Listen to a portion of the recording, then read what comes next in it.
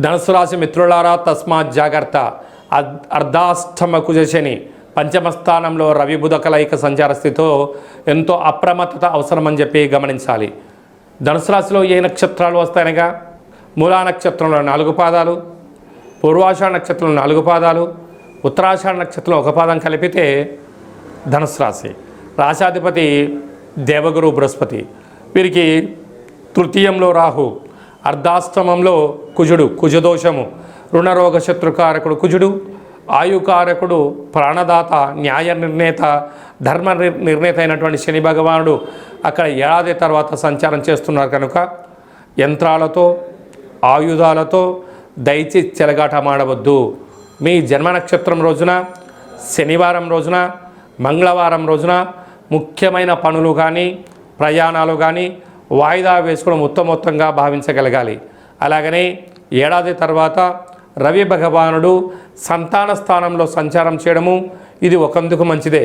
నూతనంగా వివాహమైనటువంటి దంపతులకు పుత్రికా సంతాన యోగం కలగబోతుందనేటువంటిది ఆనందంగా ఉంటుంది.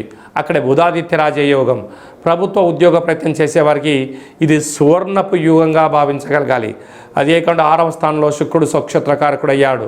స్థిరాస్తులు, చరాస్తులు, బంగారు ఆభరణాలు, విశేషమైనటువంటి వస్తువులతో కొనుగోలు క్రయ విక్రయాలతో ఆనందకరమైన జీవితాన్ని పొందబోతున్నారు.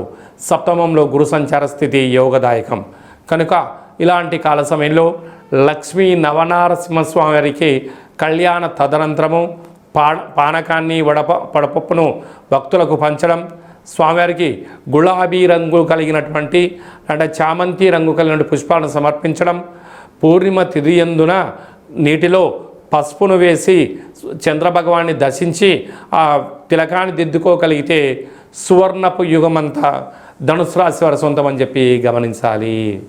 అలాగనే మీ వ్యక్తిగత జాతకం తెలుసుకోవాలనుకుంటున్నారా? మీ యొక్క పేరు, పుట్టినటువంటి తేదీ, నెల, సంవత్సరం, పుట్టిన సమయం రాసి వాట్సాప్ ద్వారా పంపించగలరు.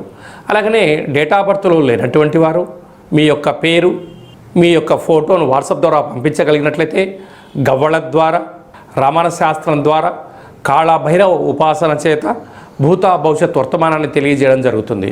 అపాయింట్మెంట్ తీసుకొని సంప్రదించగలరు.